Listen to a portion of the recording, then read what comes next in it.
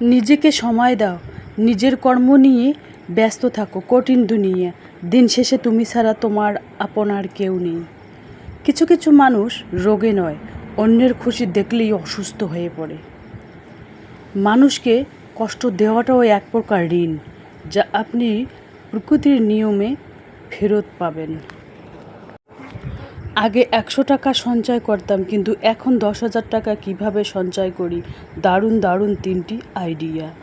Daily বাঙালি blog, গ্রামের সাদামাটা জীবন। তো নতুন দিনে নতুন আরেকটি ব্লগ ভিডিও নিয়ে হাজির আমি আপনাদের মাঝে। সাভানা, ভারতের ছোট্ট একটা গ্রাম শীতলকুচি জেলা থেকে বলছি। তো welcome back to my channel. আসসালামু আলাইকুম। তোমরা সবাই কেমন আছো? আমি আশা করি তোমরা সকলেই ভালো আছো। আলহামদুলিল্লাহ আমিও ভালো আছি, আর আমার পরিবার পরিজনদের নিয়ে আলহামদুলিল্লাহ আমি ভালোই আছি। আর আমার প্রাণপ্রিয় কলিজা আপু ভাইয়েরা, তোমরা সবাই কেমন আছো? আমি আশা করি তোমরা সকলেই ভালো আছো। তো চলো ব্লগটা দেখতেই থাকো, আশা করি খুবই ভালোই লাগবে। বরাবরের মতে ব্লগটা আমি সন্ধ্যা থেকেই শুরু করে দিলাম। তো চলো, যতটুকুনি পারি ততটুকুনি তোমাদের কাছে শেয়ার করি, যেহেতু আমার ব্লগ প্রতিদিন বিকাল 4টায় আসে। আর আমার ব্লগের কোনো না কোনো অংশে ভালো লাগলে সাবস্ক্রাইব করে পাশে থাকবেন। আগে 100 টাকা সঞ্চয় করতাম, কিন্তু এখন 10,000 টাকা কীভাবে সঞ্চয় করি, দারুণ দারুণ 3টি আইডিয়া।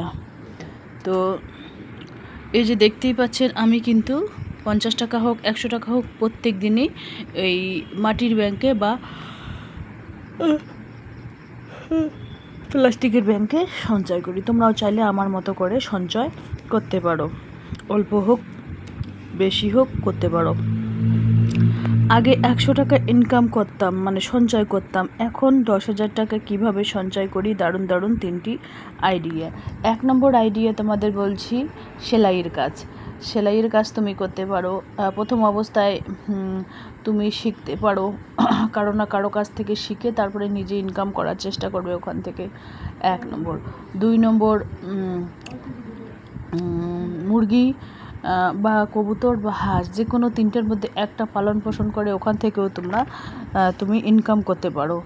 আর 3 নম্বর হচ্ছে, টিউশনি করেও তুমি ইনকাম করতে পারো, কারণ সংসারের কাজে ফাঁকে ফাঁকে তুমি টিউশনি করাতে পারো, বাড়িতে 2-3টে ব্যাচ পড়াতে পারো।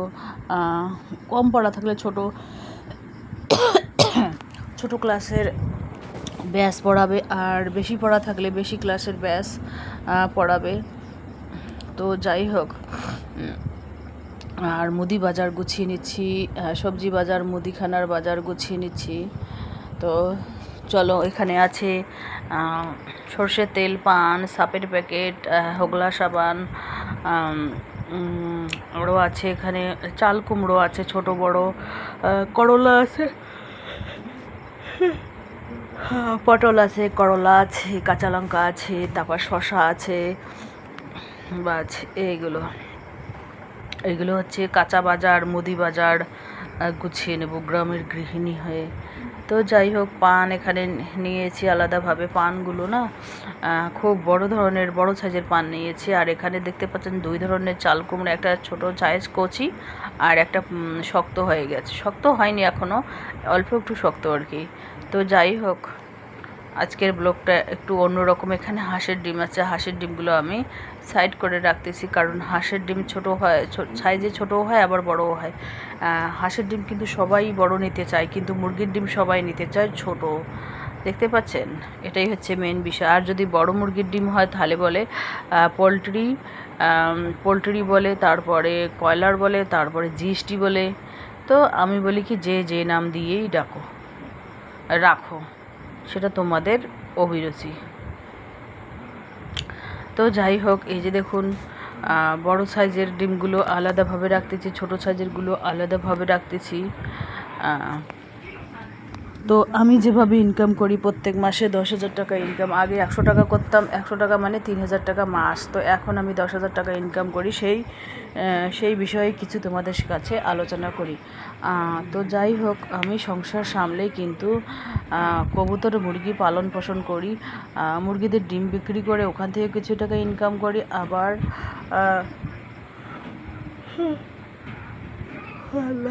হাঁসের ডিম বিক্রি করে ওখান থেকেও কিছু ইনকাম করার চেষ্টা করি।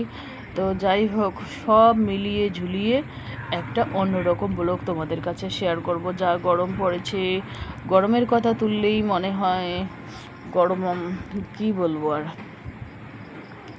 গরমের কথা তুললেই আমার আরও বেশি করে গরম লাগে। সেই জন্য গরমের কথা আমি সব সময় তুলিই না। ও বাবা কি গরম, ও মা কি গরম, এভাবে আমি তুলিই না আর কি।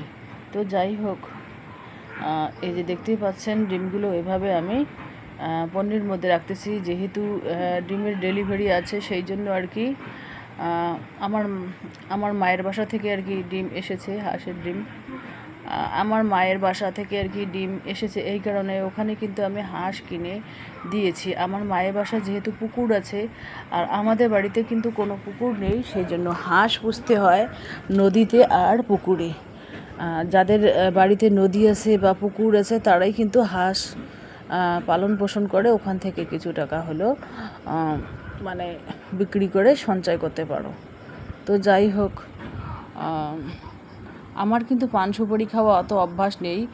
হাতের কাছে থাকলে 2-3 বার খাই, আর যদি না থাকে তাহলে একবারও খাই না। এটা হচ্ছে মেন কথা। তো এখানে করলা কেটে নিচ্ছি, করলা আলু একসাথে ভাজি করবো আর কি। আর দেখা যাক কী রান্না করা যায়। অনেক দিন পর করলা আসলো বাসায়, যেহেতু হাজব্যান্ড করলা খায় না। মেয়ে আগে তো ছেলে আর আমি খেতাম করলা, আর হাজব্যান্ড টোটালি খায় না, এমনকি খায় নাই আর খাবেও না। আর ডাল আগে খায়নি, হাজব্যান্ড ডাল আগে খায়নি, এখন ডাল খায়। তো যাই হোক, আজকের ব্লগে পর্যন্তই। ততক্ষণ তোমরা সবাই সুস্থ থাকো, সাবধানে থাকো, টাটা, আল্লাহ হাফেজ। বাপরে বাপ! আর প্রত্যেক দিনে আকাশটা এমন পরিস্থিতি করে মনে হয় চারিদিকে অন্ধকার, বৃষ্টি এই আসলো, কিন্তু বৃষ্টির কোনো আতাপাতা নেই। মনে হয় যে কুমুট একটা গরম, বিচ্ছিরি একটা গরম, খুব খারাপ লাগে আর কি। সপ্তাহে 1 দিন অন্তত, 2 দিন অন্তত বৃষ্টি হলে ভালোই হয়। মনে করো একদিন বৃষ্টি আসলো 5 মিনিটের জন্য বা আধা ঘন্টার জন্য, একেবারে মুষলধারা বৃষ্টি আসলো, বাস। তারপরে 5-6 দিন যদি কোনো বৃষ্টি না আসে তাও কোনো সমস্যা নেই। আর টোটালে যদি 10 দিন, 15 দিন, 20 দিন এরকম বৃষ্টি না আসে, তো মানুষ তো হাহাকার হবে, সাথে গরু ছাগল যতগুলো প্রাণী আছে সবাই কিন্তু হাহাকার করবে। তো যাই হোক, এখানে কেটে নিচ্ছি আর কি। আর তোমরাও চাইলে আমার মতো করে সঞ্চয় করে রাখতে পারো। কারণ সঞ্চয় করতে বেশি কিছু লাগে না। 5 টাকা 10 টাকা যে মানে ডলারগুলো আছে ওইগুলো তোমরা ফেলতে পারো আর কি। তো আমার প্লাস্টিকের একটা ভাঁড় আর কি ভর্তি হয়ে গেছে, তেমন তো কিছু ভর্তি হয়নি, পূরণ হয়েছে, কিন্তু কত টাকা হয়েছে ম্যাক্সিমাম আমি মুখ দিয়েই বলছি 10 থেকে 15,000 হবে, এর উপরে হবে না। এই 15,000-এর নিচেই আসবে মনে হয়। তো যাই হোক, এভাবে আমি সবজিগুলো এক এক করে ধাপে ধাপে কেটে নিচ্ছি। দেখা যাক আর কি রান্না করা যায়। ছেলে তো করলা ভাজি, আলু ভাজি খুবই পছন্দ। ছেলের পছন্দ, আমার পছন্দ। মেয়ে আগে করলা খেত না, এখন ইদানিং আমাদের দেখে দেখে শিখে মেয়েও একটুখানি করে খাচ্ছে আর কি। তো এই যে দেখতে পাচ্ছেন, এগুলো সব এলোমেলো করে ফেলেছি, এগুলো আবার গোছাতে হবে। আর দেখা যাক কী রান্না করে। হাঁসের ডিমগুলো ওভাবে রেখে দিয়েছি, ওইগুলো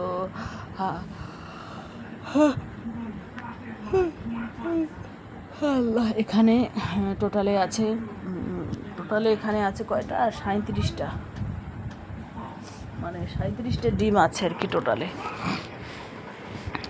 তো যাই হোক, এই যে আমি পাতলা পাতলা করে কেটে নিচ্ছি আলুগুলো, কারণ আজকাল না যে কোনো আলুতেই ওই মাঠে চাষ করে যে লাঙ্গল দিয়ে, সেরকম চাষ করার মতো, প্রত্যেকটা আলুর গায়ে গায়ে চাষ করার মতো। তো মানে যতই কাটি ততই ওই চাষ করার মতো বেরোয়, তো ভালোই লাগে না। ফ্রেশ আলু বাজারে খুব কম পাওয়া যায়, বর্তমানে বর্ষার দিনে এরকমই হয় আর কি। তো যাই হোক, এই যে এপাশে পাতা পাতা করে কেটে নিয়েছি, দেখা যাক কী রান্না করা যায়। আর চলো একটু রান্নার আয়োজন তোমাদের কাছে শেয়ার করি। এখানে ভাত হয়ে গেছে অলরেডি, আর এখানে আলু করলা আর কি ভাজা হচ্ছে। ছেলে বলছে কি আমি ওগুলো খাবো না, আমি ডিম খাবো। ছেলের জন্য আলাদাভাবে হাঁসের ডিম ভাজাভাজি করতেছি আর কি। হাঁসের ডিমের এতটাই প্রোটিন, যাদের চোখের জ্যোতি খারাপ হয় হাঁসের ডিম, সিদ্ধ ডিম খেলেই কিন্তু চোখের জ্যোতি ভালো হবে। তো রান্না খাওয়া করে আলহামদুলিল্লাহ আমি বেরিয়ে পড়লাম ব্যাগ ডেলিভারির জন্য। আর এই যে দেখুন রাস্তার দুই ধারে, ব্রিজটার দুই ধারে পাট শাক হয়েছে, কত সুন্দর সবুজে সমারোহ পাট শাক হয়েছে আর কি। তো যাই হোক, আমাদের গ্রামের মনোরম দৃশ্য তোমাদের কাছে আমি শেয়ার করলাম। কেউ কেউ ধান কেটেছে, কেউ কেউ আবার কাটেনি এখনও। তো যাই হোক, তো চলো আজকের ব্লগ এ পর্যন্তই। ততক্ষণ তোমরা সবাই সুস্থ থাকো, সাবধানে থাকো, টাটা, আল্লাহ হাফেজ। আর বেশি বেশি করে পানি খাও গরমের দিনে। গরমে যে সবারই যে নাজেহাল অবস্থা, কোথাও যদি যাও ওখান থেকে ফেরার পথে যখন গলাটা শুকিয়ে যায় তখন মনে হয় একটু পানি খেলে ভালো হতো।